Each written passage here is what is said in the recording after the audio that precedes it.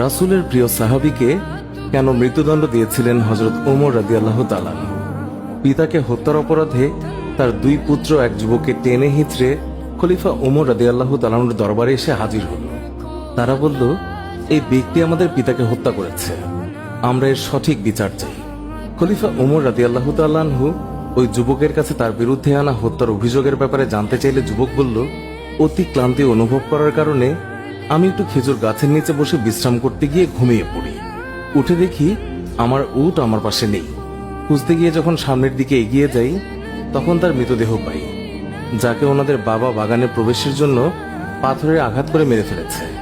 এই বিষয়ে যখন আমি তার সাথে কথা বলতে যাই তখন অনেক কথা কাটাকাটি হয়েছিল এবং বাকবিতণ্ডার এক পর্যায়ে আমি তাকে পাথর দিয়ে আঘাত করে ফেলি, যার ফলে তিনি মারা যান, যা ছিল সম্পূর্ণ অনাকাঙ্ক্ষিত একটি ঘটনা। এর জন্য আমি ক্ষমা চাইছি। বাদীরা বলল, আমরা মৃত্যুদণ্ড চাই। হযরত ওমর রাদিয়াল্লাহু তাআলা আনহু বললেন, উটের বদলে তো তুমি একটা উট নিলেই তো হতো, কিন্তু তুমি বৃদ্ধকে হত্যা করেছ, হত্যার বদলে হত্যা। এখন তোমাকে মৃত্যুদণ্ড দেয়া হবে। তোমার কোনো শেষ ইচ্ছে থাকলে বলতে পারো। লোকটি বলল, আমার কাছে কিছু ঋণ এবং আমানত আছে। আমাকে যদি কিছুদিন সময় দিতেন তাহলে আমি বাড়ি গিয়ে সেই ঋণ এবং আমানত পরিশোধ করে আসতাম। খলিফা ওমর রাদিয়াল্লাহু তাআলা আনহু বললেন, তোমাকে তো একা ছাড়তে পারি না।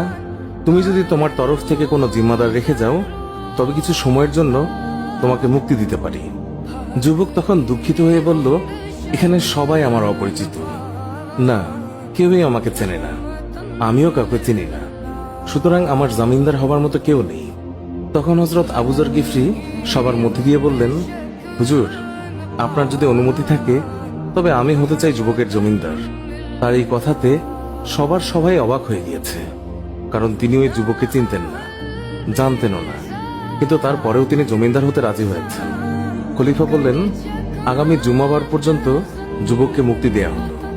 জুম্মার আগে যুবক যদি মদিনায় না আসে তার পরিবর্তে আবু যরকে মৃত্যুদণ্ড দেয়া হবে। জামিন পেয়ে নওজোয়ান ছুটে চলল মাইলের পর মাইল দূরে তার বাড়ির দিকে, আর আবু যর গেলেন তার বাড়ির দিকে। এদিকে দেখতে দেখতে জুম্মাবার চলে এসেছে। নওজোয়ানের তো কোনো খবরই নেই। হযরত ওমর রাদিয়াল্লাহু তাআলা আনহু রাষ্ট্রীয় পত্রবাহকে পাঠিয়ে দিলেন আবু যর গিফরি রাদিয়াল্লাহু তাআলা আনহুর কাছে। সেই পত্রে লেখা ছিল, আজ বাদ জুমা সেই যুবক যদি না আসে তবে আইন মোতাবেক আবু যর গিফরি রাদিয়াল্লাহু তাআলা আনহুর মৃত্যুদণ্ড কার্যকর করা হবে। আবু যর যেন জুম্মার প্রস্তুতি নিয়ে মসজিদে নবীতে সঠিক সময় উপস্থিত হয়। খবর শুনে পুরো মদিনায় থমথমে অবস্থা। একজন নিষ্পাপ সাহাবী আবু যর গিফরি আজ বিনা দোষে মৃত্যুদণ্ডে দণ্ডিত হবে। জুম্মার পর সবাই মসজিদে নবীতে হাজির, সবার চোখে পানি। জল্লাদও প্রস্তুত। জীবনে কতজনের মৃত্যুদণ্ড দেওয়া হয়েছে তার হিসেব নেই, কিন্তু আজ কিছুতেই চোখের পানি আটকাতে পারছে না। আবু যরের মতো একজন ভালো সাহাবী আজ কিনা বিনা দোষে মৃত্যুদণ্ডে দণ্ডিত হচ্ছে, এটা কেউই মেনে নিতে পারছে না। এমনকি মৃত্যুদণ্ডের আদেশ প্রদানকারী খলিফা ওমর রাদিয়াল্লাহু তাআলা আনহু তিনিও অনবরত কাঁদছেন, তবুও আইন নিজের গতিতেই চলবে। তখন আবু যর গিফরি রাদিয়াল্লাহু তাআলা আনহু নিশ্চিন্ত মনে হাসি মুখে এক কোনায় দাঁড়িয়ে মৃত্যুদণ্ডের জন্য প্রস্তুত। জল্লাদ ধীর গতিতে আবু যর গিফরির দিকে এগোচ্ছেন আর কাঁদছেন।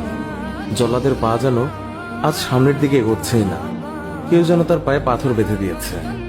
এমন সময় এক সাহাবী জল্লাদকে থামিয়ে বলল, ওই দেখো মরুভূমিতে ধুলোর ঝড় উড়িয়ে কে যেন আসছে, একটু থামো, হতে পারে ওটা যুবকের ঘোড়ার ধুলি, একটু দেখে নাও, তারপর না হয় আবু যরের মৃত্যুদণ্ড কার্যকর করো। কাছে এলে দেখা যায় ওটা ওই যুবকেরই ঘোড়া। যুবক বলল, হুজুর, বেয়াদবি মাফ করবেন, পথে যদি ঘোড়া পায়ে ব্যথা না পেত তাহলে সঠিক সময়ে এসে পৌঁছাতাম। বাড়িতে আমি একটুও দেরি করিনি। গচ্ছিত আমানত এবং ঋণ পরিশোধ করে বাবা মা এবং নববধূর কাছে সব খুলে বলে মৃত্যুর প্রস্তুতি নিয়ে তাদের কাছ থেকে চির বিদায় জানিয়ে মদিনার উদ্দেশ্যে রওনা হই। এখন আবু যর ভাইকে মুক্ত করে দিন আর আমাকে মৃত্যুদণ্ড দিয়ে পাপ মুক্ত করুন। রোজ হাসরের ময়দানে নিজেকে খুনি হিসাবে আল্লাহর সামনে পেশ করতে চাই না। চারিদিকে থমথমে অবস্থা, কি হতে চলেছে? যুবকের ফিরে আসাটা যেন হতবাক করে দিয়েছে সবাইকে। খলিফা ওমর রাদিয়াল্লাহু তাআলা আনহু যুবককে বললেন, তুমি জানো তোমাকে মৃত্যুদণ্ড দেয়া হবে, তারপরেও কেন ফিরে এলে? উত্তরে সেই যুবক বলল, আমি ফিরে এসেছি যাতে কেউই বলতে না পারে যে এক মুসলিম আরেক মুসলিমকে সাহায্য করতে এসে নিজেই বিপদে পড়েছে। এবার হজরত ওমর রাদিয়াল্লাহু তাআলা আনহু হজরত আবু যরকে জিজ্ঞাসা করলেন, আপনি কেন না চেনা সত্ত্বেও এমন একজনের জামিনদার হলেন?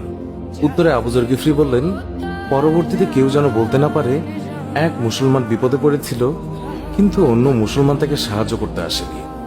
এমন কথা শুনে বৃদ্ধের সন্তানদের মধ্যে একজন হঠাৎ করেই বলে উঠল, হে খলিফা, আপনি ওনাকে মুক্ত করে দিন, আমরা তার উপর করা দাবি তুলে নিলাম।